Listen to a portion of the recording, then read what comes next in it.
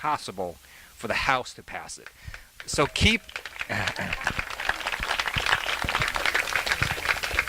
up your pressure. And I'm reminded of this quote from Lincoln. He said that public sentiment is everything.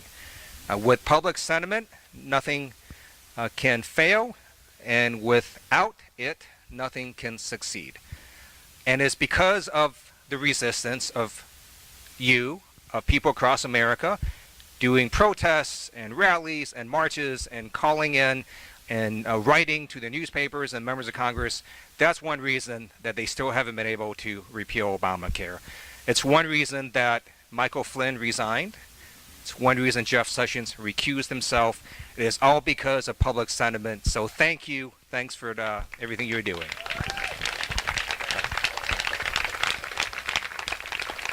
So let me move to this Russia thing because it can be a little complicated. So I'm just going to talk about some recent events, and particularly about the June meeting last year between Donald Trump Jr., Paul Manafort, Jared Kushner, and like a bunch of Russians, right? So first thing you should know is they all tried to hide this meeting, right? Repeatedly, the Trump campaign, as well as the White House, said there were no meetings with the Russians. Now we know there was a bunch of meetings, a lot of communications. The reason that this meeting was so important, it's the first time we have evidence in black and white that the Russian government is helping the Trump campaign, and the Trump campaign knew about it. Why do we know that? Because in these emails that Donald Trump Jr. authenticated, because he tweeted them out. Why did he tweet them out? Because the New York Times was about to report on it, and they were going to release it anyways. But the fact that he did it, he authenticated these emails. And what these emails basically said is he gets this email that essentially says the Russians are helping the Trump win, your father. They have dirt on Hillary Clinton. We'd like to have a meeting with you. In 20 minutes, he replies back and says, I love it. And then he manages to have additional emails, and he proceeds to set up a meeting. And then he shows up at that meeting with Jared Kushner and Paul Manafort, along with what we know now is a Russian lawyer with links to Russian intelligence, a former Soviet counterintelligence spy, and then a translator. It's not clear whether this translator is nefarious. We think that person probably is. And then they proceed to have this discussion. And if you see what happens, the very first response from Donald Trump Jr. on a Saturday, it was released. His statement said, we talk about Russian adoptions. Very next day, he had to correct that statement and admit, yeah, they actually talk about the Hillary Clinton campaign. And then a few days later, he had to release his emails. So you see sort of this pattern of misleading statements coming out from him. And by the way, the first statement, according to media, was also approved by his father, the president. So you see this intentional misleading. And why are they trying to mislead the public? Because this meeting, if you look at the emails, shows a violation of federal law. And it was so clear and sort of so obnoxious that Representative Ruben Gallego and I last week went on the House floor and read the emails publicly into the congressional record.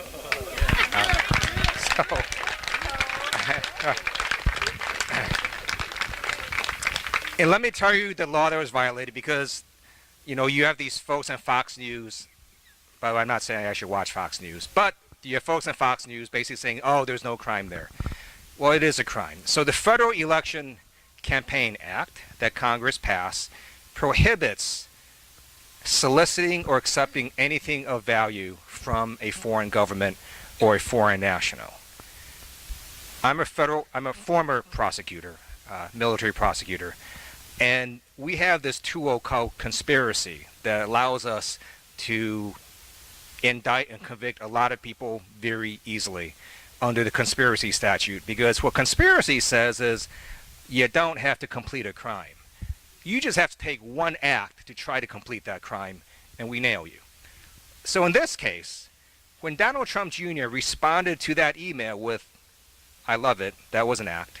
When he then sets up a meeting, that was a second act. When he shows up at that meeting, that was a third act. This more than completes the crime of conspiracy to violate the Federal Election Campaign Act. Which I think is why you're reading that the president is thinking about pardons. Um, so we have, in addition, according to the media, he took this email chain and he forwarded it to Paul Manafort and Jared Kushner. So they're on notice that the Russian government's helping the Trump campaign, and they show up at this meeting. So I believe they can also be hit with exactly the same thing. And then in terms of Jared Kushner, you may have seen that he recently had to revise another report where he put up over 70 additional assets that he had, quote unquote, inadvertently forgot the first time. This is on top of his security clearance forms, where he had to file 3 of them because the first one was false, the second one was false, and now he's filed a third one. And to understand what this is, I've had to fill out these forms. They're known as SF-86 forms. I looked at the last one I filled out. About a third of it deals with your contacts with foreign nationals.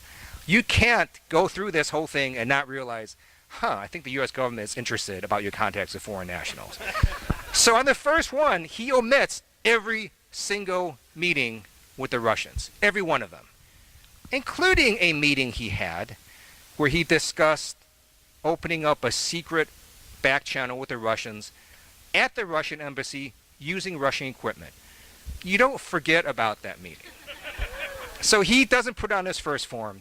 And if you look at the way that these forms are submitted, there's a certification where you have to sign, and it basically says if you make a misleading statement or omit a material fact, that is a felony. You can be imprisoned for it. So I believe that on his very first form, he committed a felony. He then revises it. Why does he revise it? Because he's confronted.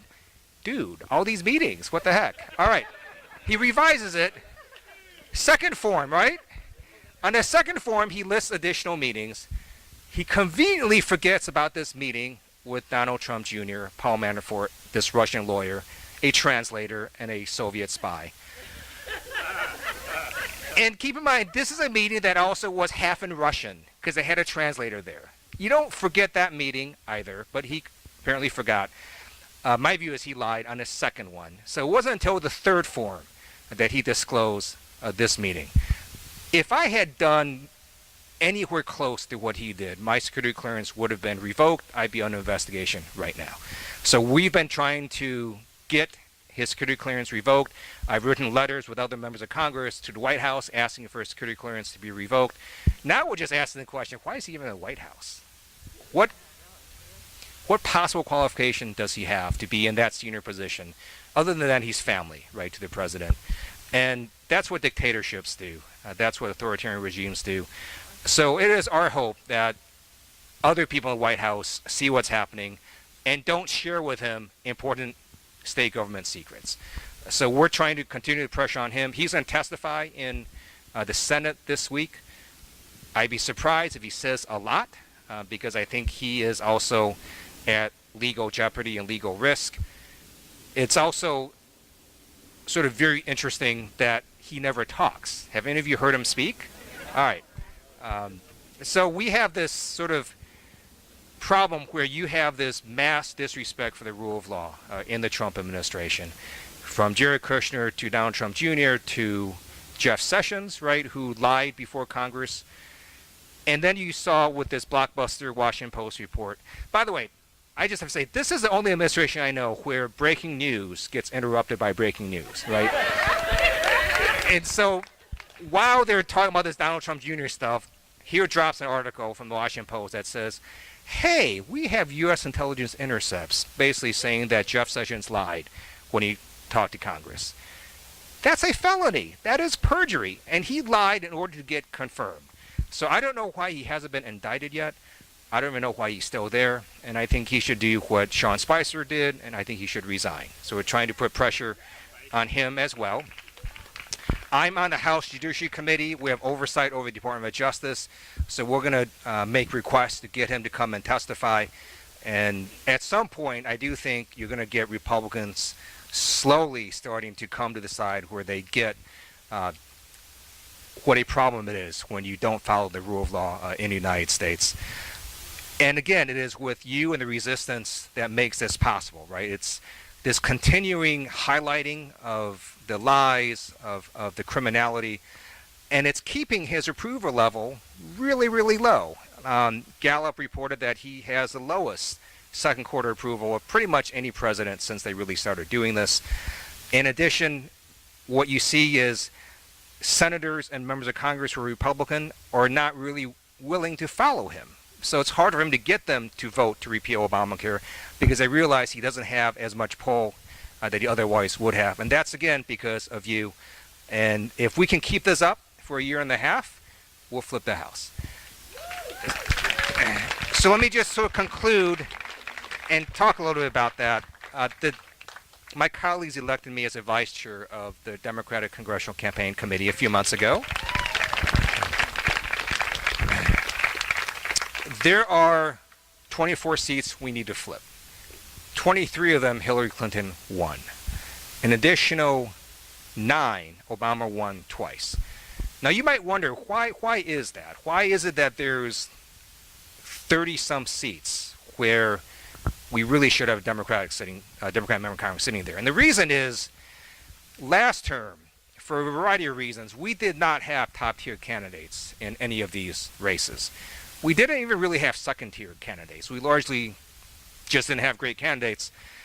That's not happening this time. We actually have a little bit of the opposite problem. The chair of the DPC, Ben Ray Lujan, said that the good news is we have a lot of enthusiasm and a lot of high-quality candidates. The bad news is we got a lot of enthusiasm, a lot of high-quality candidates. So we're going to have, very likely, a lot of messy primaries in a lot of these races. But at the end of those primaries, we're going to have a very strong general election candidate going into November. And if you look at the last few special elections, I am disappointed that we didn't win. It's also pretty clear these are districts we never would have targeted. So the Georgia election, just so you know, if you plop the voter registration and demographics of Georgia election into California, it would be the third worst district in California. And we're not targeting the third worst district in California next year either. We just would have ignored it. But because of a special election, we had a Democrat run, and he came pretty darn close, right? The last time they had this race, the Republican won by 23 points. He closed to within 19 points. So a gap about 4 points. If that were to happen next year, if you look at these special elections we had, a difference of between 14 to 20 point swings, we'd win over 100 seats. Now, I don't think that's going to happen next year, but if we just had a quarter of that, we'd flip the House. And it's so important that we keep the energy up, that we keep the activism up. And, you know, I did not set out to resist this president, right? I served in the Air Force. I think this is an amazing country. A few days after the election, some of you may know, I issued a statement saying what makes America great is our peaceful transfer of power. Trump won the Electoral College. We should give him a chance to govern. A few months later, I concluded I was wrong. That's why I boycotted his relatively small inauguration.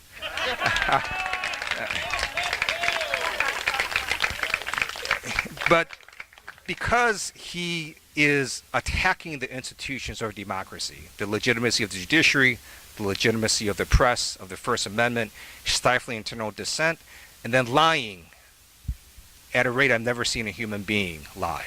The Washington Post just reported that in his first 6 months, he's lied over 800 times, 800 false and misleading statements.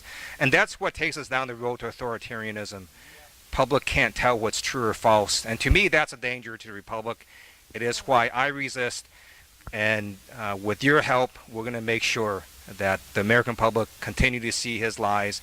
We cannot normalize what should not be normalized, and I view my job as making sure that the base continues to understand the problems, is energized, so that next year we can flip the House. And there are enough districts where if Democrats just do one thing, which is vote, we'll win those districts. So thanks so much for having me here, and look forward to working with all of you.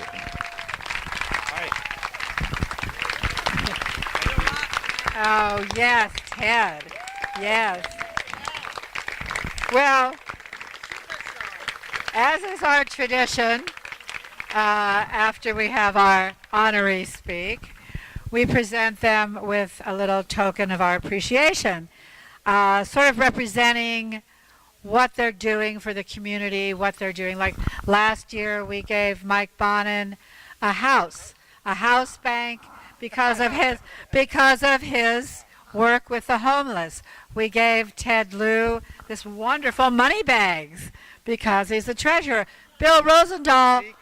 Oh, I mean John Chung. Oh, I'm sorry. Oh my God. You know our Congressman John Chung. And then Bill Rosendahl, of course, we gave a stash box. And oops, right. And for Ted, yeah, he did use it. I know. For Ted, this is our little token of the West. Well, yes, absolutely. Kelly, you ready? No, it's not yet. Okay. Okay. So. Very cute wrapping paper. Thank you.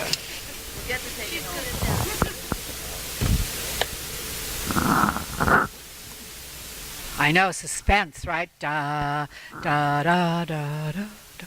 What's a good suspense? Good job. Yeah. Wow, this is very pretty. It's Lennox Crystal. You tell me what this is. Oh, It's Tweety on the Town. I know Tweety Bird. Look at that. It's very cute. It's Tweety in a top hat and a bow tie. Tweety on the Town from our own special you. Tweety. That's very nice. Thank you so much. It's kind of a good paperweight to hold down the good papers, right? Thank you. You're very welcome. It's our pleasure. Certificate of Authentication, Lennox Crystal. Thank you. You're welcome. Here's your card. So food will be served in a minute, but 1 second, we want to have our Torrance City Council member, Tim Goodrich, just wanted to say a word. And then I think our Vice President, Mark Salzberg, had something to say to you all. And in about 5 minutes, food will be served. Well, that's a really tough act to follow. I'm going to be very brief because I know these speeches have gone on too long, like all politicians' speeches have in the past. I'm going to talk to you just about two things happening in Torrance. One, big oil, Torrance refinery. Some of you are, probably all of you are familiar with the big explosion we had a couple of years ago. Since then, a lot of information has come to light about the use of this toxic chemical called modified hydrofluoric acid, which almost got released in that accident a couple of years ago. It's a danger to the community. If it gets released, it forms a toxic cloud that can spread for miles and kill or injure hundreds of thousands of people. This year I took a stance against it. I figured somebody had to, and I introduced a resolution at the Torrance Council opposing the continued use of this modified hydrofluoric acid. Unfortunately, I didn't get enough votes. I wasn't in the majority. But I think it was really important to make that stand and bring that issue to light and let the public have their say on that. It's now in front of the AQMD. They're going to be evaluating its continued use later in the year. The second thing I want to talk to you about is Torrance has a lot of good people. Congressmember Lieu from Torrance. Our future governor, John Chung from Torrance. We have a lot of great people in there. Unfortunately, our name is being tarnished. It seems as though the ground central of Trump support has emerged from Torrance. And a lot of the people going out into these cities in Southeast LA and harassing their law-abiding citizens out there are coming from our city. I don't know why it is, but that's the case. And they're making headlines. And I'm not talking about bad people here. People that brandish weapons, fortunately, then proceed to get arrested because they're idiots. People that pepper spray the crowd as they're driving away, including young children. And they're doing it under the guise of opposing the sanctuary state bill. Okay, your opinion is your opinion, but I've got to ask the question. If you're opposed to the sanctuary state bill, why are you going to the places least likely in the state of California? You think they're going to change their mind and say, oh yeah, I'm opposed to this too? No. Their sole intent is to just go harass people, make headlines, get GoFundMe donations, and make a name for themselves. And it's really unfortunate that it's given our city a bad name. So I want to tell you that I don't approve of that, absolutely, their behavior that's going on out there. These guys are a bunch of nut jobs. They are not reasonable people, and unfortunately they're giving our city a bad name. And along with this whole Trump phenomenon, a number of them have decided to run for office.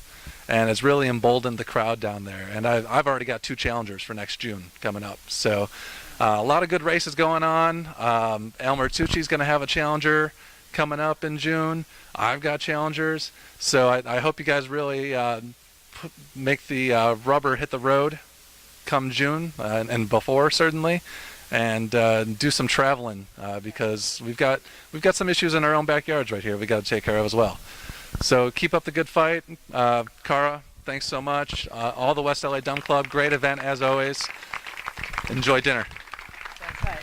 And everybody, hold on to your cups. I've been asked to tell you all, hold on to your cups. It's environmentally good.